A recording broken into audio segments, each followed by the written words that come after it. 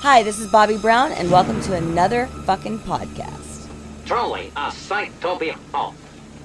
The man beat the once great champ, now a study in moppishness. No longer the victory-hungry stallion we've raced so many times before, but a pathetic, washed-up, aged ex-champion. All right, let's go. I think you know the guy. And I think you know him pretty damn well. His name is Izzy Presley. Izzy Presley. Izzy Presley. Izzy Presley. Izzy Presley. Izzy Presley. Izzy Presley. What's my name? Say my name, bitch! My good friend. Izzy Presley. Izzy Presley. Izzy Presley. Izzy Presley. Ouch! Izzy Presley. Whoa, that sounds a little weird. Izzy Presley. Izzy Presley. Izzy Presley, the heaviest, girthiest rock DJ around. Hey, this is Jeff LeBar. You listen to Izzy Presley. Those aren't pillows. Hello, Las Vegas. Hello, world. Hello, my loyal minions. It is good to see you. It's always good to be seen. I'm Izzy Presley. I'm the host of the program. It is another effing podcast with me, Izzy Presley. Mike Dawson is not here. We are both currently on a boat. We are in the Caribbean with the Cruise to the Edge, just having a good time out there. Dawson will be back next week. I'm sure we'll be recording a podcast on the boat this week. Until then, sign up for the Patreon. Look, if you're on the Patreon for $5 a month, you're seeing this before we get on the boat. Ad-free. It's that fucking simple. I mean, whatever. You know, you're hearing this ad-free the day today, Friday, the 27th of February. It's all there for you. But no, you can wait. You can hear the ads. You can deal with it. You can wait till later. It's up to you. It's all good. So it is what it is. So we're on the Monsters of Rock cruise. We'll be back. And Pete, you're going to love these. Okay. We have 2 interviews coming up. 2 authors. The first one, we'll save that one for second because I know you're going to love these. Oh, nice. 21 and Rush and 2112, 50 years. It is a color hardcover book. It is cool. As somebody that's not even a Rush fan, this is pretty fucking cool. Sweet. And this book that is out now, Kiss 1976. Oh, Cooper, come look at that. Okay. Kiss 1976. That's not out yet. This is out. You can get this now. Okay. You can get this now. So both of those authors will be on. And actually, the Kiss one's really cool because they go by every month from 1976, and they tell you exactly what Kiss is doing and what else is going on in entertainment and the world. So it's pretty fucking cool. Joining me, hold on. I was hammering beers during the first interview, and I just took a nap, so it's coffee time. Ladies and gentlemen, joining me right now is an old friend, the man that I created ACK, a Tribute to Ace Frehley with in 2013, in March, I believe, March of 2013. Keller Bar. He played with Pentagram for many years. He's been on this show before. He was on one of the summits in beautiful downtown Burbank, and his current project, which we're going to get into right away, is called Axe Dragger, featuring Minnesota Pete Campbell. Why don't you tell us who's in Axe Dragger? Who is an Axe Dragger? Well, Axe Dragger is myself on drums. My man Bob Balch from Manchu on guitar. My other buddy from Sweden, Fredrik Isaksson. He was in basically everything that's cool that's ever came out of Sweden in the metal world. Currently, he's in Dark Funeral and like a sub project of Candlemass as well. But he was in Grave and he was in all kinds of shit. So he's amazing. And then vocals is my man Terry Glaze, the original singer for Pantera, and Lord Tracy. That guy, man, he's fine wine. That dude is. I'll tell you. Well, Pete, let me ask you, how did you get involved with this? Whose idea was this project? Who reached out to who got the wheels rolling? Man, well, me and Bob were talking forever to like just jam, maybe was like the thing. But then right before I left Pentagram, we needed a guitar player for the new record. So we were asking people to come or whatever. So I got a hold of Bob and said, hey man, you want to help like write this record? And he said, yeah, that'd be cool. So he kept sending me riffs for Pentagram wise, and then I ended up quitting. So I was like, fuck that, you know. So then me and him just kept throwing riffs to each other, and then he's like, we should do. I said, these riffs are too cool to like not do anything. And he's like, well, put some drums on them. So I put drums on a couple, and he's like, yep, this is pretty rad. So then he kept sending songs, and then I would do that. And then we found Fredrik, and then we ended up like sending some of the tunes to just random cool singer guys. I actually asked your boy Phil Lewis if he would be interested, and he says, "No, it's just not my thing," you know. But we had all kinds of dudes, and then Bob said, "Hey, what do you think about Terry Glaze?" And I had to like kick in my brain, like Terry Glaze. I'm like Black Magic, Pantera, power metal Pantera. He's like, "Yeah." I go, "Do you know him?" He's like, "No, but I'm friends with him on Instagram. I'll send him a message." Yep. So none of us have ever met, you know. Yeah. And so he sends me a message back. He's like, he's in. He wants a song. It's like, oh shit. So then we sent him what we had for the first single that came out. And we're like, man, this rules. So then we asked him again, hey, you want to do another one? He's like, yeah. So we sent him another one. Then it finally got down, hey, you want to do a record? And he's like, absolutely. So we're okay, we're in, we're done. So that's how that kind of happened. It was more like just me and Bob throwing riffs for Pentagram, basically.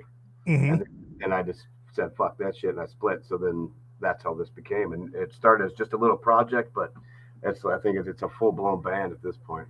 Did you, I mean, when you brought Terry in, Terry, did I say Terry? What's the singer's? I Terry. just woke up. Terry, Yep. What did you expect? I mean, was there lyrics? Was there anything, or was it? All we had was just like working song titles, and he actually used those, and then he just did everything himself. You know, like we had no lyrics, no nothing. We kind of just gave him carte blanche. You know, like go do whatever the fuck you want. Yeah. And I wasn't expecting what he sent back. You know, like it was instantly like goosebumpy shit. I'm like, man, we're on something here. You know, like this is rad. But it worked because we were going for that kind of old school metal thing. And he just killed it. So yeah, he did all the lyrics and all that shit himself. He just kind of. So you had no melodies in your head. You had nothing. You just said, just take it, just go. I'd hear I would literally wait to get an email from Bob with the song with a drum machine behind it. So I didn't even know any of the song. I would just play to the riffs he sent. You know, that kind of thing. So we never like wrote a song together, which is fucking wild. Right. You know? Yeah. How long did it take for the whole thing to actually come together from the start of saying, okay, fuck, I'm out of Pentagram, let's do this, let's do a song, and all the way up until now where you have an album coming out this week?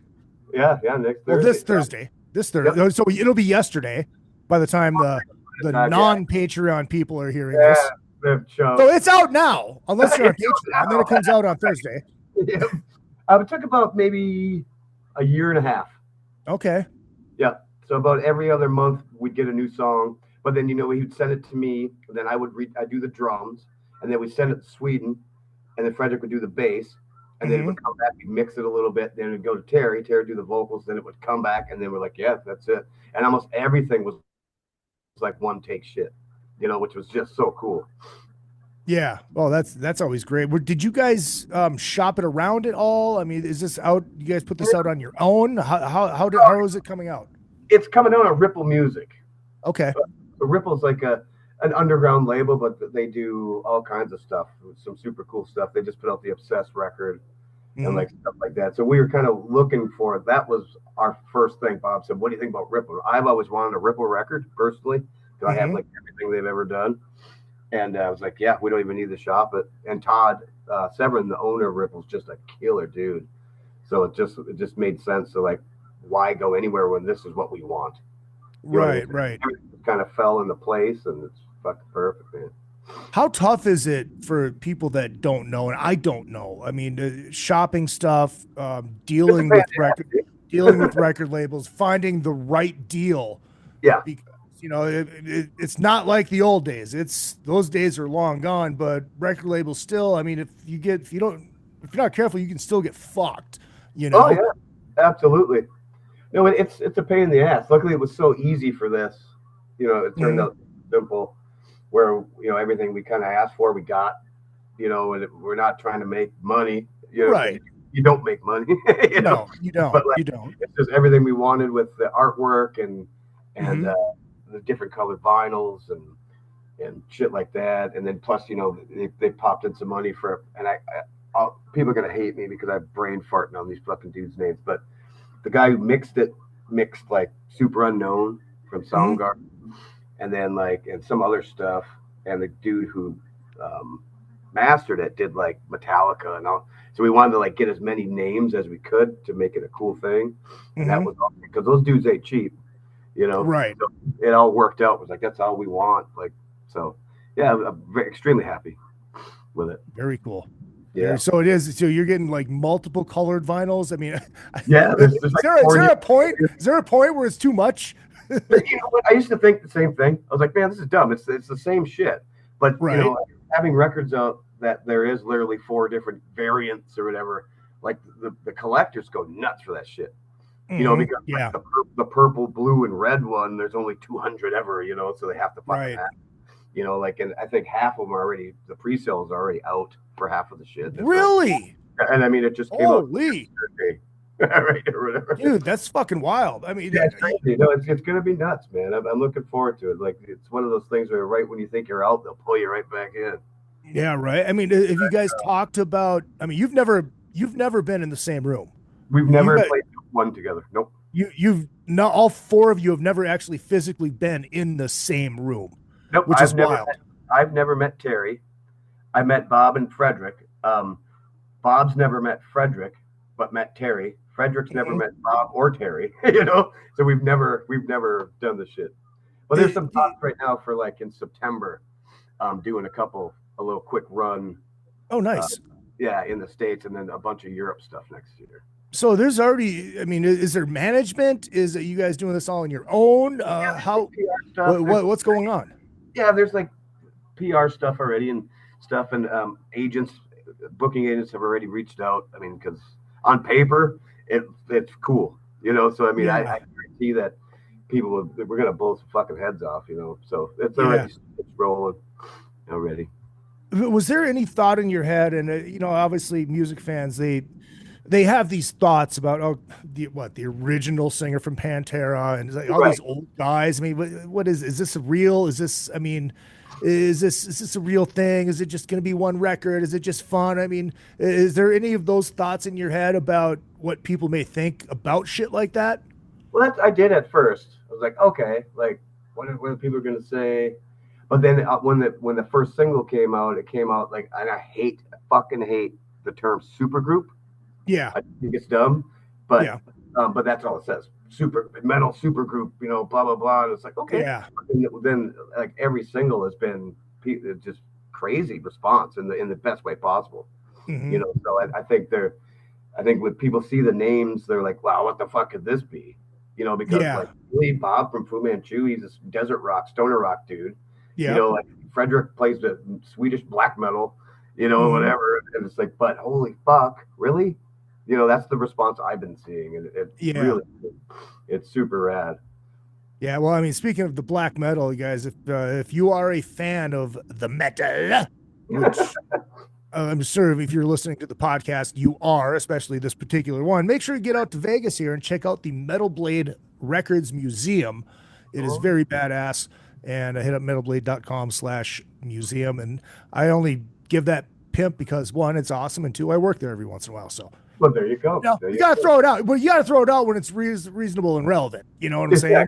Exactly. If I have a porn star on, talking about titties and getting pump jacked, maybe not the Metal Blade. Let's drop that one in there. But yeah, we're talking to Minnesota Pete Campbell here. We're talking about X-Drag. Let's drop the Metal Blade in there. You know what I'm saying? Exactly. No, that's cool. I think people will absolutely love that. No, you said we were talking last week, and when we did our ACK show. And, which is killer, by the way. I want to tell you again, we kicked ass. Oh, it was fucking awesome. Yeah, Thank you. Yep, you're It was welcome. so good. I mean, froze our ass off in rehearsal and yada yada yada. So there's been some press for this. There has. Did you say something like Rolling Stone? Yeah, they had a little blurb on their website and like Revolver and Rock Feed and all that shit. And in Europe, it's crazy. So I think that's where we're gonna hit first. Yeah, it's like I don't know why. I think that's gonna be our audience because they love metal over there, you know. So yes, they do. Yes, they do. That's gonna be the thing. But yeah, it was crazy. Like seeing all that shit. Going, wow, man, like that's cool. Like some bucket list shit. You know, you've been doing it for 27 years, and finally when you think you're done, you finally get it. You know. Right. Pete, who's your first national gig? That was 60 Watt Shaman out of Maryland. Okay. So that would have been 90. How do you land that being Minnesota Pete Campbell? Well, that's how I got the name Minnesota Pete Campbell. So okay. Well, that makes sense. Yep. That was they were opening up for Clutch.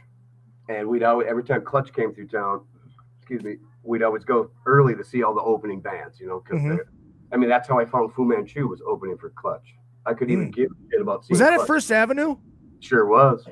I think I might have been at that show. Actually, today, In Search Of, their record turned 30 years old, and they were on tour for that record. So that tells you it was 30 fucking years ago. Wow. So anyway, 60 Watt played. It was Clutch and COC, and then 60 Watt Shaman. And I just loved them. And back then they had at their merch table, this was before emails and all that shit. They had a mailing list that you could you had to write your name and shit. Yep. And then they'd send you like a thing or whatever. And it said they were looking for a drummer. And it was me and my brother Andy. He's like, dude, do it. And I'm like, wow, they're all the way in Maryland. I'm like, what the hell? So one night I just called. It was Dan, the singer. Said, yeah, I'd like to play. We talked for 2 hours. He's like, all right, dude, can you be here like tomorrow or the next day? I was like, no. I'm like, I'm in Minnesota. And he's like, oh, shit. He's like, what if I fly you down here? And I went, really? He's like, well, your attitude is great, and I'd love to hear you play. Like, cool. So yeah, we went down there for like 3 days and rehearsed. And then he said, they all said, you want the gig? I'm like, yeah. So I flew back home and told my parents, like, I'm moving, man. Like, I'm out of here. So that started. And that back then, I mean, we had our label was Spitfire Records from back then. So we did like Black Label Society. That was my first tour. Wow. Yep. And then we did like a bunch of Clutch stuff, COC and all kinds of shit, man. It was crazy. Ingve Malmsteen, we did like 5 shows with him, which was nuts. And ironically, Zach Wilde and Black Label Society will be headlining the Monsters of Rock cruise next month. Cabin's still available, very few. So if you want to get on, I think you can still get on monstersofrockcruise.com and then, enjoy my karaoke show with DJ Beef Brian Ott. And there you go. Come out and rock out and have a good time. Yeah. So where do you go from there? How long are you with them, and then where do you go from there? I'm Pete. I'm curious because I've never asked. I don't think we've ever done this. Yeah. No. I was there for 7-8 years, and then I actually met Victor Griffin, guitar player in Pentagram. Because of when I actually during 60 Watt, I started another band called the Mighty Nimbus, and that. Me and Dan from 60 Watt Shaman. So it was like a side project. And then we had Eric Larson from Alabama Thunder Pussy, and right now he's in Avail. He was on guitar. So we did a tour, and we ended up playing a couple shows with Place of Skulls, and that's Victor from Pentagram's band. So I met him, and we kind of just hooked it, like we're friends instantly. And then Place of Skulls needed a drummer for a European tour, and he called me and asked me if I'd be interested. I said, yeah. So then I was in Place of Skulls for 10 fucking years after that. Oh, wow. Basically, just like off and on. And then, then he called me and asked me if I would do the Pentagram thing. I was like, oh, sure. Fuck. So that's how it all just started. It's like, you know how that is. It's not what you know. Yeah. No, Pete, and this is, this is the honest truth. My first memory of you, which, and I'm a drinker, so I forget a lot of shit. But I think my first memory of you was at No, it was before that because it was my graduate. I can't remember how the fuck. I know did we meet because of Nick? Because I had my graduation party when I was still working at the press. I knew you when you were at the press as a bartender. Yeah, because you supplied the drums for that show. Mm-hmm. I don't remember. Did I meet you through the press? The press or my brother? Yeah. Or one of the Zenolith guys or something. Or yeah, possibly. Yeah, maybe. I don't fucking know. I don't, honestly, I don't know. It's just Petey's always been around. Right. You know? Because I had this thought in my head that, well, did I meet him at the Benton County Fair when I was with 101 with that Battle of the Bands? Yeah, my band Buzzard won that. Okay, yeah, that's right. That's why I remember you from there. I do. Yeah. I don't know. Yeah, my band. I don't know. Me, Gene, and Travis Colgrove. Yeah, we're at Buzzard, and we won that Battle of the Bands, and that was 20 fucking plus years ago. Yeah, that was 2012, something like 2011. That. Yeah, because it was right. It was after I got back from my 4-month stint in Florida. It's just weird. It's weird. So, did you, when you got asked to join Pentagram, were you familiar? I mean, because obviously you love the metal, but did you know the lore? Did you know the music? Yeah, well, kind of, sort of, only from working with Victor for so long before that. Yeah. You know, but in 60 watt, I mean, it's the Maryland DC doom metal thing, you know, and like, when I was in 60 watt, that was the Pentagram was that's all it was, you know, Pentagram the Obsessed, like, and I didn't know anything about Pentagram, you know, and then I heard them for the first time, go, well, this is just Black Sabbath, this is dumb, you know, like whatever. But then once I met Victor and me and him started jamming together, then obviously Place of Skulls plays a couple Pentagram songs, you know, because he wrote those tunes. Mm-hmm. And I started getting into it, and I was like, yeah, this is pretty cool. But I think I subconsciously got into it because I love Victor. You know what I mean? So I was like, well, I love this guy. He wrote this song, so the band's got to be cool. But then once I joined the band, then I started to appreciate it more, just because of the player into it. You know what I mean? And it's for drumming, it's tough shit, man. You know, could I try to play it as perfect as the guy who did it before me, but still add a little something to it? Yeah, make it your own, but still not make it your own. Exactly. And Jeff O'Keefe, the original drummer from the 70s, some of that dude's licks are just insane, like in the best way ever. So I tried to do that. I remember playing a show with him sitting right up front, and I was so fucking nervous because we were doing a whole 70s set. So every song he played, it was his babies, and I played it. He gave me a big ass hug afterwards, and he's like, dude, nice. I'm like, well, thank you. I go, did you hear that? What I did on, you know, on Star Lady? He's like, yeah, he nailed it. He's like, that was my lick. I was like, yeah, but now it's mine, motherfucker. How long were you with Pentagram? 11 years. Okay. Yep. 11 years. And no, I mean, so what is that? Yeah, my math is right. 2011. Excuse me.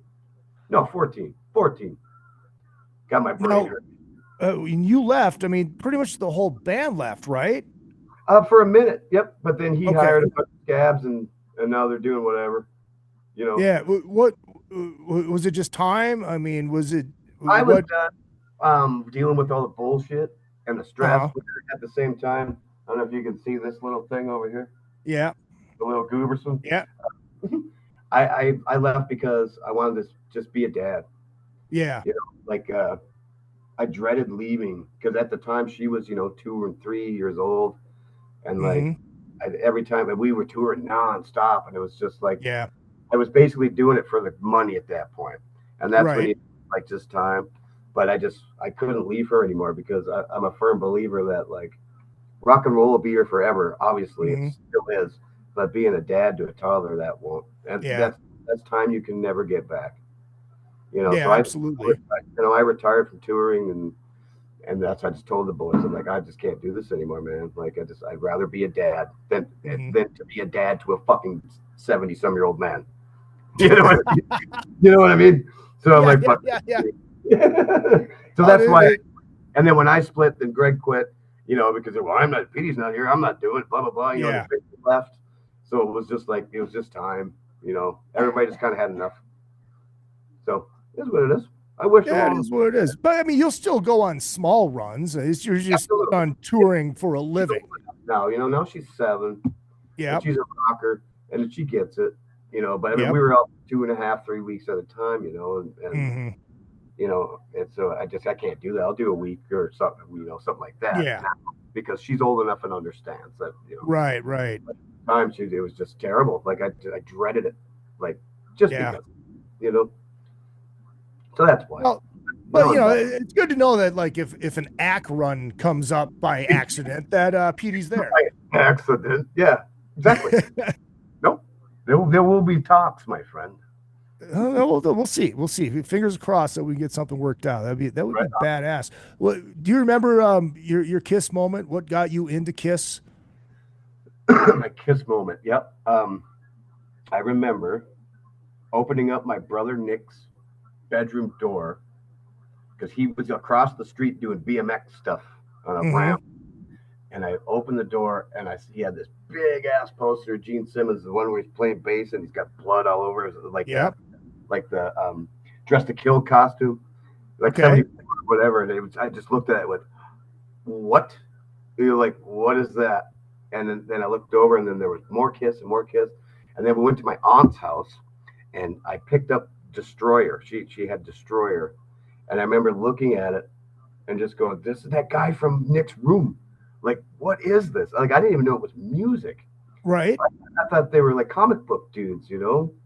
And then hearing it for the first time, like God of Thunder, like all that was like that was my like, oh, I want to do this now for the rest of my life. Like I want to be this, you know. So that was it. My brother Nick was the guy. Just his room was all Kiss. You know? Dude, Pete, you know, Nick might still be out on that BMX track. He just might. Yeah, he was. He might still be out there. But now Uriah, she's all into Kiss. I mean, it's so cool. Like today we went, the GOAT, the records or label or whatever radio station here had a little pop-up record thing at Beaver Island Brewing today. Oh, cool. So we popped in today because she wants rock and roll over. You know, nice. It's like 7-year-old daughter, she wants to go find rock and roll over. So we went to no dice, couldn't find it. So don't tell her there's a misprint with a teardrop on Paul Stanley's face that I have. You have that one.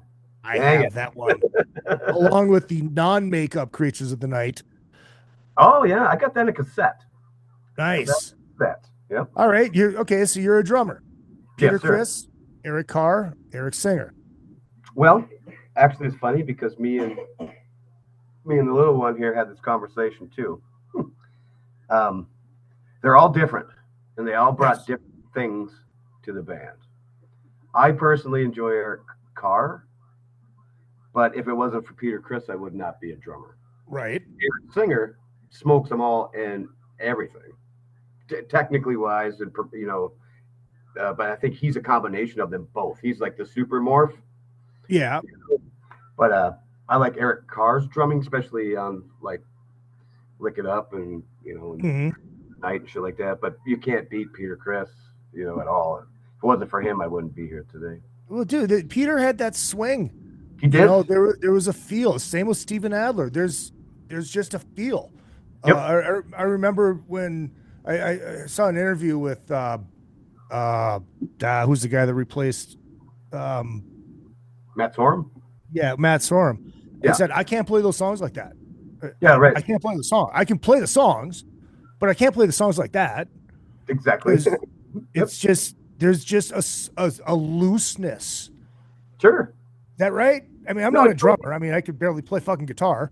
No, but it's like if you think of Sabbath, even like when Bill Ward left, they had to start over because Vinny Appice cannot.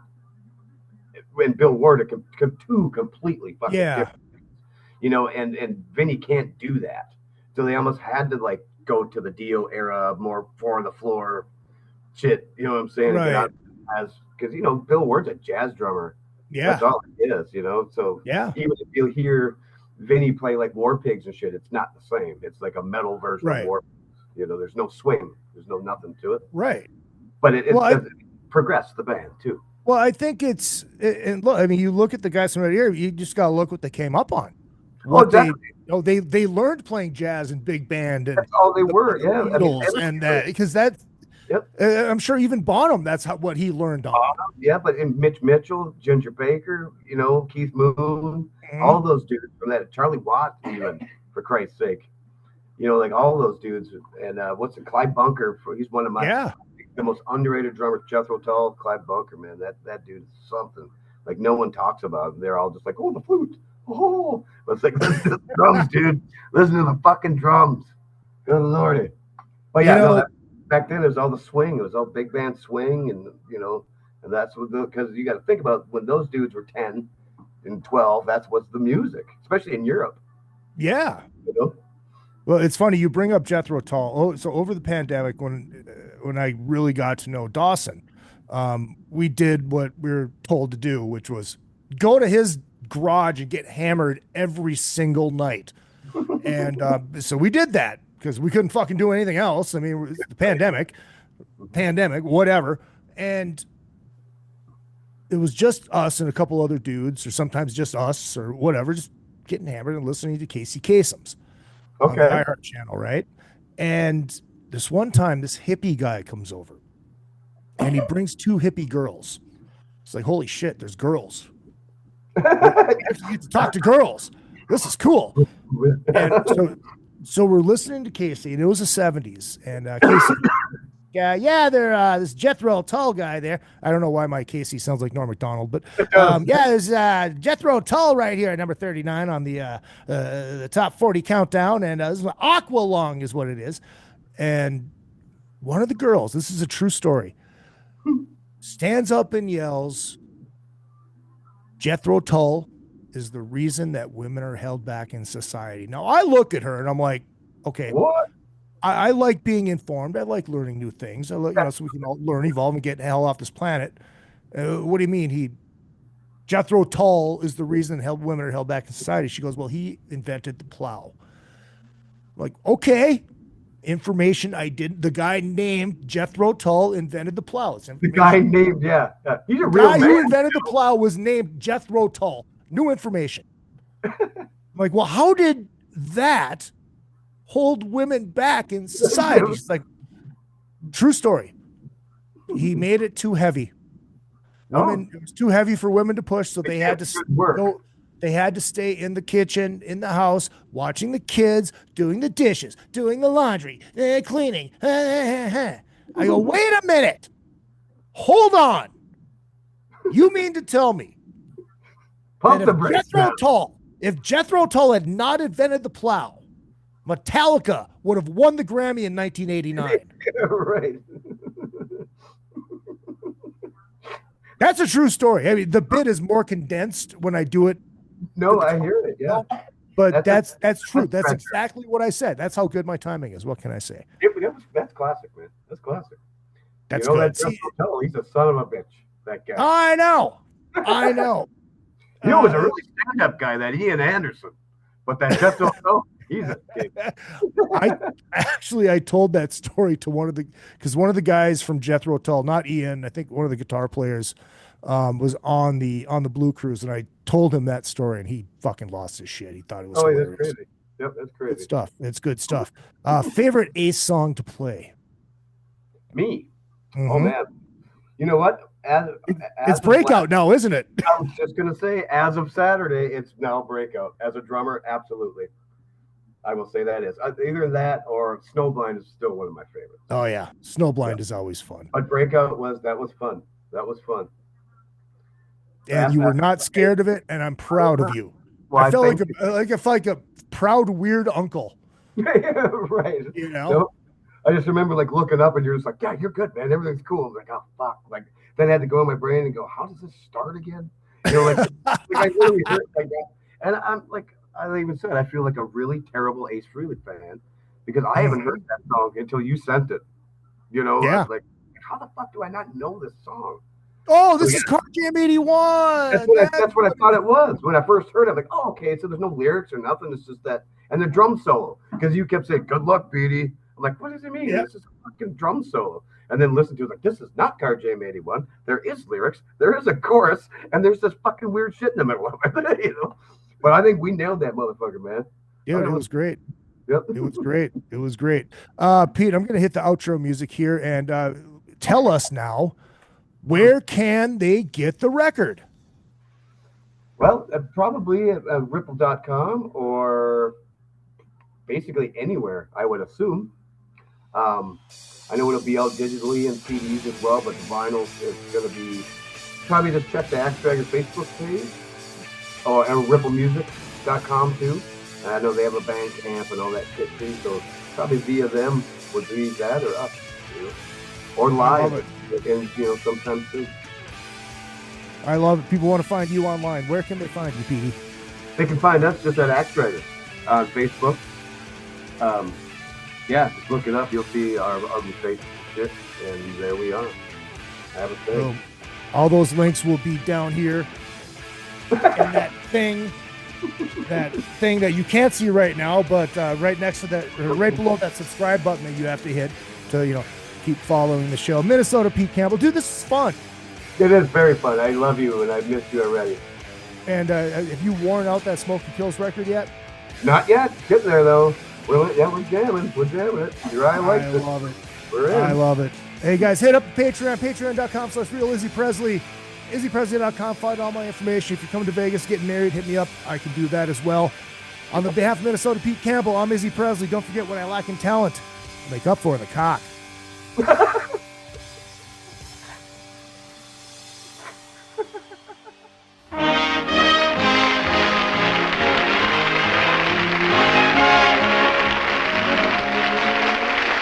Thank you. Thank you very much. We're a little late. So say good night, Gracie. Good night. Good night.